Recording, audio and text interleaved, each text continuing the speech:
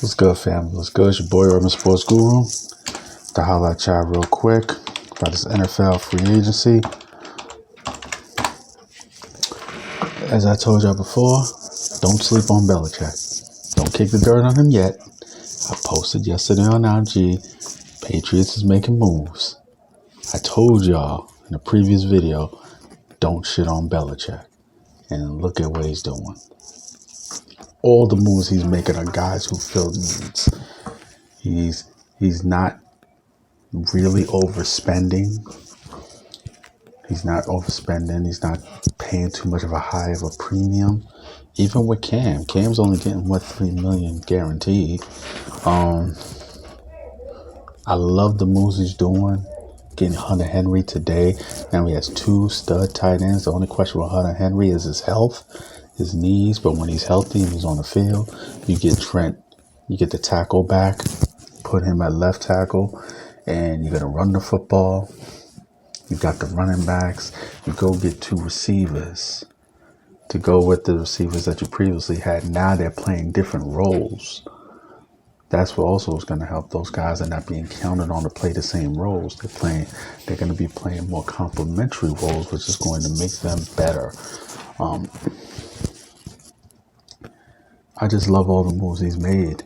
And you go against a guy like Jalen Mills. When I look at all the guys they got coming back on defense, then you go get a guy like Matt Judon. He's a Belichick kind of pass rusher.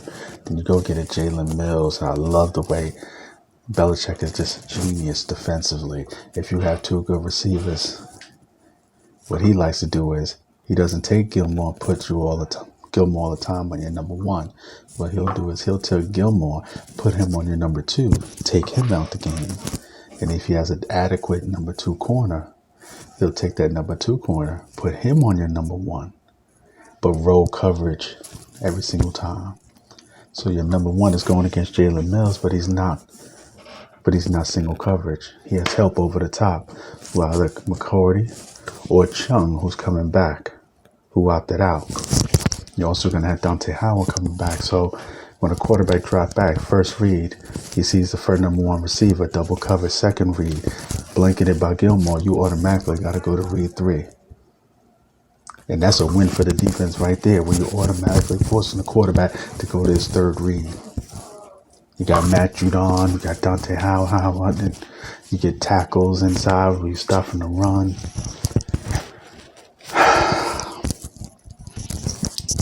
Bill Belichick's a mad genius. I got to start putting some respect on his name. My only question is Cam. And I say this because I just don't think Cam could do it for 16 games in the playoffs. I had the faith going into last year. I don't have the faith anymore. I don't. I just don't. Cam's a physical specimen. There's no debating that. But I don't think he could do it for 16 games and the playoffs. I don't. And this is leading me to believe that the Patriots are going to draft a quarterback. Whether they go after the Alabama kid or whether they get after Trey Lance, who may fall right to them. Let him play behind Cam. Now, ideally, this doesn't sound like the kind of situation that the old Cam would have accepted. But I think this Cam from Belichick, he's going to take that. Because I think Cam understands this one thing. Belichick just gave him a contract that ain't nobody else would have signed him to be a starter. Nowhere. Nobody wanted him last year because they was afraid that he won't be healthy. After what we saw last year, this past season, nobody was signing him. But that's why I think the Patriots are going to be very aggressive. You think they're aggressive now? I think they're going to be very aggressive in the NFL draft. Don't be surprised if they trade up, but I think they're walking away with a quarterback. And they're going to be very aggressive. If they don't take a quarterback, don't be surprised if they take one of these receivers, these game breakers. If a Jalen Waddle falls to them, they're going to be aggressive. Hella aggressive. hella aggressive. Don't kick dirt on Bill Belichick this yet. I understand he's in the AFC East. The Jets are sorry. They're going to be sorry.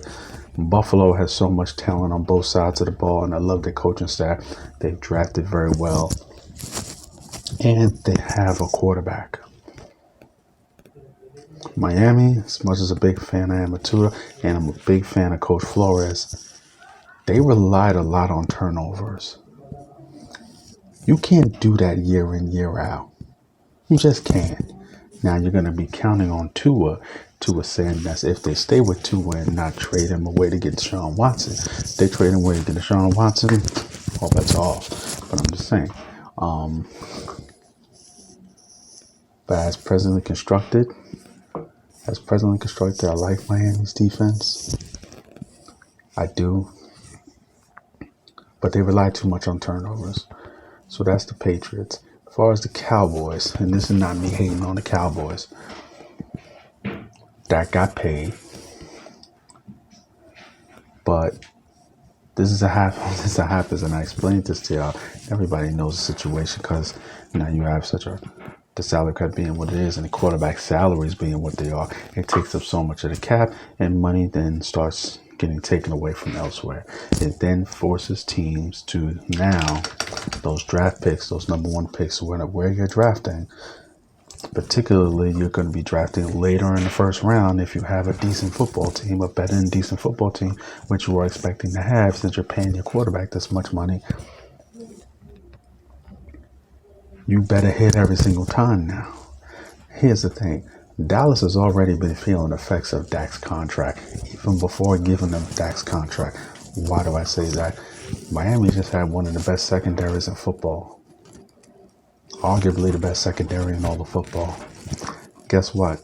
Guess who was the number 2 corner on that team? Byron Jones. Dallas wouldn't pay him. Why? Because they knew they was going to have to pay Dak Prescott.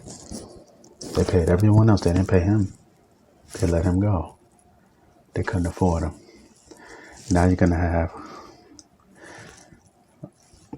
Are they going to keep Tyron Smith? Are they going to go another year with him? Or are they going to let him go and draft the left tackle? You know, you got some of these other guys they got to take care of. Whose money, and defensively they was already bad.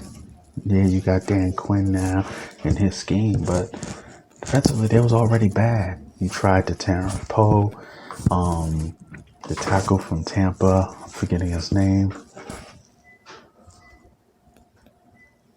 But tackle from Tampa, I'm forgetting his name. You tried to say Ndamukong Suh. Y'all can correct me who was his name, I'm forgetting. He blew out his ACL. Let's see, hopefully he comes back next year. But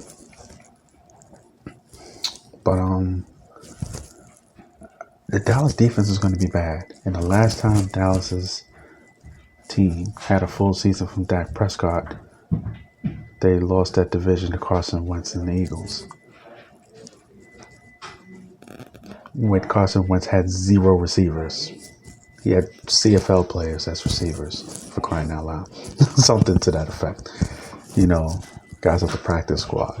You know what I'm saying? So you lost that division to that. So Dallas is going to score a ton of points. Not gonna win. And now you're paying your quarterback $40 million to do it. I want to see what Kansas City's going to do. Tua needs a good look, but they got to take care of the tackles. At least one of them. You got to at least have one tackle that you can leave on the island. Chip with the other guy. But at least one tackle that you leave on the island. 2 tackles, just saw in the Super Bowl.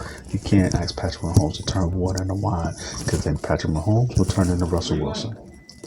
And that's what Russell Wilson's been having to deal with. Even back in the era of beast mode, they had a good run blocking line. They come pass block with the shit. Russell Wilson couldn't just drop back, 3-step drop, 5-step drop, and let it go. Why? Because he had to run for his fucking life. Yes, they've made a lot of things to cater to Russell Wilson. The one thing they haven't done is given him a O-line. And it's disgraceful that they haven't given him a O-line because the Legion of Boom is gone. That great defense isn't there anymore. So it's one thing for them to not give them their own line when they spent so much capital on the defense. But now all those defensive studs aren't there anymore. Where's the money going? You finally give them receivers. Good. Good. That's a good thing. DK Metcalf fell into your lap. He should have never fell that far in the draft. But guess what? What are you doing for the O-line? What's up with the creativity in the offense?